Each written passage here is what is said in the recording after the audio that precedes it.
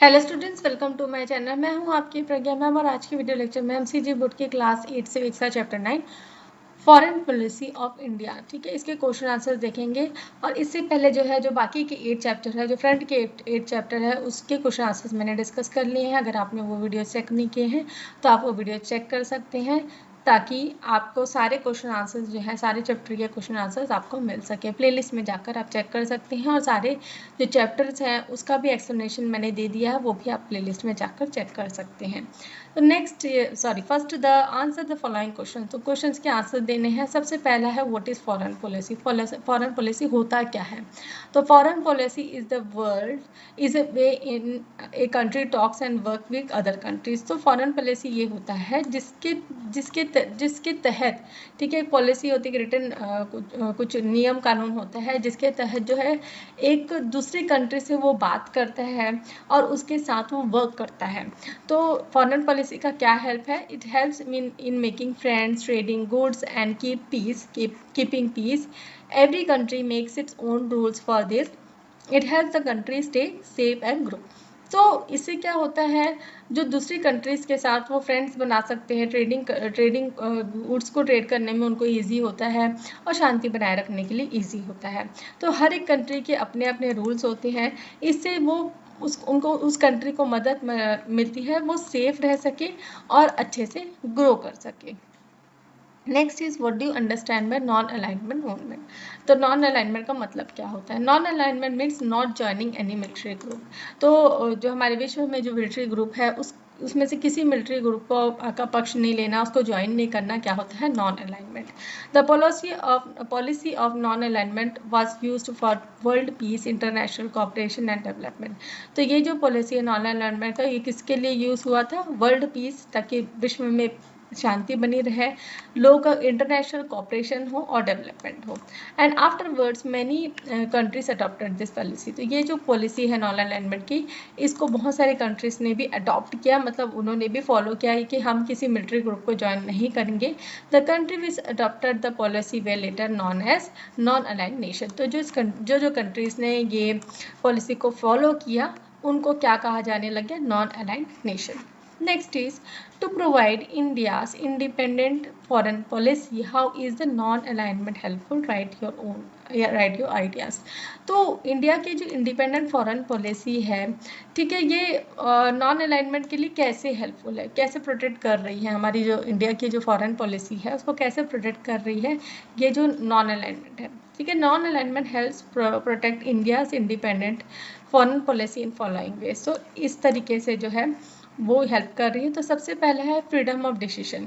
तो India can make its own choices without pressure of from power countries. क्योंकि India किसी military group का हिस्सा नहीं है, किसी को ज्वाइन नहीं किया उसने, तो इससे क्या है, वो अपने डिसीजन खुद ले सकता है। तो इंडिया कैन मेक ना अपने चॉइसेस वो रख सकता है, क्योंकि वो किसी पावरफुल कंट्री के साथ में मिला हुआ नहीं है।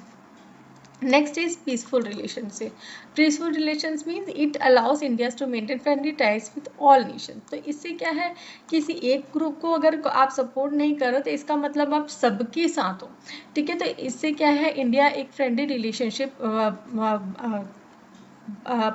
फ्रेंडली रिलेशनशिप जो है मेंटेन करके चलता है डिफरेंट नेशंस के साथ में। Next is focus on development. तो instead of getting involve in conflicts, India can focus on its own growth. अगर आप ग्रुपिज्म में रहोगे, किसी ग्रुप को ज्वाइन करके रखोगे, तो आपका दिमाग वहीं रहेगा, उस ग्रुप में क्या करना है क्या नहीं करना है। तो इससे क्या है, आपकी डेवलपमेंट, खुद की डेवलपमेंट रुकती है। तो यही एक इम्पॉर्टेंट पॉइंट है कि अगर इंडिया किसी ग्रुप को नहीं ज्वाइन कर रहा है तो वो उनके पछड़े में नहीं पड़ रहा है, और कॉन्फ्लिक्ट्स जो है वो हो रहे हैं उनके साथ नहीं है, तो इससे वो अपने ग्रोथ में फोकस कर सकता है, ठीक है। इन विवादों, कॉन्फ्लिक्ट्स मतलब विवादों में नहीं पड़ा हुआ है, तो अपने ग्रोथ पे फोकस कर सकता है। नेक्स्ट इज ग्लोबल रेस्पेक्ट, ठीक है, पूरे जो विश्व में उनको रेस्पेक्ट मिलता है। India is seen as a neutral and independent country promoting world peace. तो इंडिया को हमेशा ऐसा ही देखा गया है कि न्यूट्रल कंट्री है, किसी के पक्ष में नहीं है, और एक इंडिपेंडेंट कंट्री है, अपने ऊपर एक कंट्री है, अपने ऊपर निर्भर एक कंट्री है। इंडिपेंडेंट मतलब अपने ऊपर निर्भर एक कंट्री है जो विश्व में शांति का प्रचार कर रहा है, ठीक है। Next is why did India needs a policy of foreign alignment. तो इंडिया को फॉरेन अलाइनमेंट की पॉलिसी की जरूरत क्यों पड़ी? तो सबसे पहले तो है फ्री रहने के लिए। तो India wanted to make its own decision after getting independence, इसलिए उन्होंने नॉन अलाइनमेंट की पॉलिसी निकाली। Next is to avoid fine. India did not want to join the big groups led by USA और USSR. तो USSR की जो military USA या USSR के जो मिलिट्री ग्रुप है, इंडिया उसको नहीं ज्वाइन करना चाहता था क्योंकि वो लड़ाई झगड़ा में नहीं पड़ना चाहता था। टू ग्रो बेटर, तो India wanted to focus on farming, job and school instead of war. ठीक है, तो ये देखिए ये दोनों आंसर लगभग एक है, तो आप इनमें से मतलब पॉइंट्स को आगे पीछे कर सकते हैं। Next is to keep peace, है ना। इंडिया चाहता था कि जो सारी कंट्रीज है वो फ्रेंड्स बन के रहे और पीसफुली रहे, इसलिए भी इंडिया ने जो नॉन अलाइनमेंट की जो पॉलिसी है उसको उन्होंने लेके आए। Next is mention the 5 principles of Panchsheel. तो 5 प्रिंसिपल्स ऑफ पंचशील क्या है? First है to respect one another state integrity and supreme power, which means to respect all the countries' decision taken by the government and also respect its sentiments, and also accept the independence and integrity of nation respectively। तो एक दूसरे nation को respect करना, उसकी integrity को सम्मान देना, एक सुप्रीम पावर है ना तो मानना, तो ये रिस्पेक्ट देना सारी कंट्रीज को, तो ये फर्स्ट पॉइंट है। Next is non attacking. Non attacking मतलब किसी भी कंट्री को वो मतलब अटैक नहीं करना चाहता, ठीक है, ईच अदर पॉलिटिकल बाउंड्री में अटैक नहीं करेगा। Next is not to interfere in each others internal matter. तो पंचशील पॉलिसी में ये भी है कि वो दूसरे कंट्री के मैटर्स में बिल्कुल हस्तक्षेप नहीं करेगा। If a country makes rules and regulation for its own citizen then the other should not interfere in it, should not try to change it, है ना। अगर एक कंट्री अपने कंट्री के सिटीजन्स के लिए रूल्स एंड रेगुलेशन बना रहे हैं तो हमको क्या दिक्कत है, तो हम क्यों इंटरफेयर करें उसके में, ठीक है। Next is equality and mutual profit. Equality और म्यूचुअल प्रॉफिट मतलब आप without any reason one should not discriminate और should not work for each others welfare. तो इक्वलिटी और म्यूचुअल प्रॉफिट का मतलब आप विदाउट रीजन जो है किसी को डिस्क्रिमिनेट नहीं करेगा और विदाउट अपने वेलफेयर के आप किसी और के लिए अदर के लिए काम भी नहीं करेंगे। Next is peaceful coexistence which means the nation should help each other existence of independence peacefully and also discuss the controversies peacefully with each other. तो पीसफुल कोएक्सिस्टेंस मतलब है कि नेशंस जो है वो ये शुड हेल्प ईच अदर, है ना, हेल्प करना अदर नेशंस को एक इंडिपेंडेंट मतलब पीसफुल रहने के लिए, और डिस्कस करना जो भी कंट्रोवर्सी है, जो भी अगर किसी देश के साथ अगर कुछ भी अगर मतभेद हो जाता है तो उसको पीसफुली हमको सुलझाना है, ना कि लड़ाई झगड़ा करना है।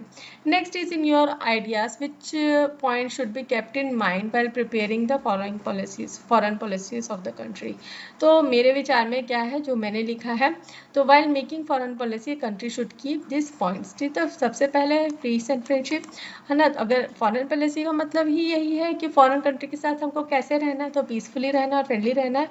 Build good relations with other countries, है ना, पीसफुली फ्रेंडली रिलेशनशिप रखना है अदर कंट्रीज के साथ में।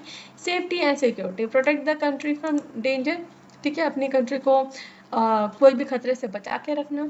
Next is trade and growth, make policy that help business and jobs. Trade और ग्रोथ मतलब हम ये ऐसी पॉलिसीज बना के रखेंगे ताकि हम दूसरी कंट्रीज के साथ भी अच्छे बिजनेस कर सकें और जॉब अपॉर्चुनिटीज लेके आ सकें। Next is independence, take decision without outside pressure. तो कोई भी विदाउट मतलब बाहर के प्रेशर के बिना हम एक इंडिपेंडेंट डिसीजन ले सकें। Helping other, support poor and needy countries. और कोई भी जो कंट्री है जो पुअर है, गरीब है, या फिर उनके पास कोई मतलब डिसास्टर हो गया उनके साथ में, मतलब जैसे वहाँ पे फ्लड आ गया, तो उस तरीके के जो सिचुएशन है उसमें दूसरी कंट्रीज का आप हेल्प करें। Next is following rules, respect international loss and agreement. तो जो भी इंटरनेशनल लॉज है यूनाइटेड नेशन ऑर्गेनाइजेशन के हों, ताकि या कोई भी इंटरनेशनल लॉ है उसको हम रिस्पेक्ट करें और एक एग्रीमेंट में रहें। तो name the foreign policies of India framed in 1962। तो 1962 में कौन सी फॉरेन पॉलिसी फ्रेम की गई? तो the foreign policy of India framed in 1962 was Panchsheel policy. तो it focused on peaceful coexistence and good relationship other countries, good relationship with other countries. तो ये किसमें पंचशील पॉलिसी किसमें, अभी हमने देखा, ये फोकस करता है कि हम पीसफुली रहें, है ना, हमारा जो अस्तित्व है वो पीसफुल रहे, हम एक अच्छे रिलेशनशिप के साथ रहे अदर कंट्रीज के साथ में। ठीक है, तो यहाँ भी एक क्वेश्चन आंसर्स भी हमने डिस्कस कर लिए हैं। अगर आपको क्वेश्चन आंसर समझ में आए तो वीडियो को लाइक शेयर करें, कमेंट करके बताएं कि वीडियो कैसा लगा। अगर मेरी वीडियोस आपको पसंद आते हैं तो चैनल को सब्सक्राइब कर लीजिए, बेल नोटिफिकेशन को भी ऑन कर लीजिए, ताकि जब भी मैं नई वीडियोस डालूँ तो आपको नोटिफिकेशन मिल सके। Thanks for watching.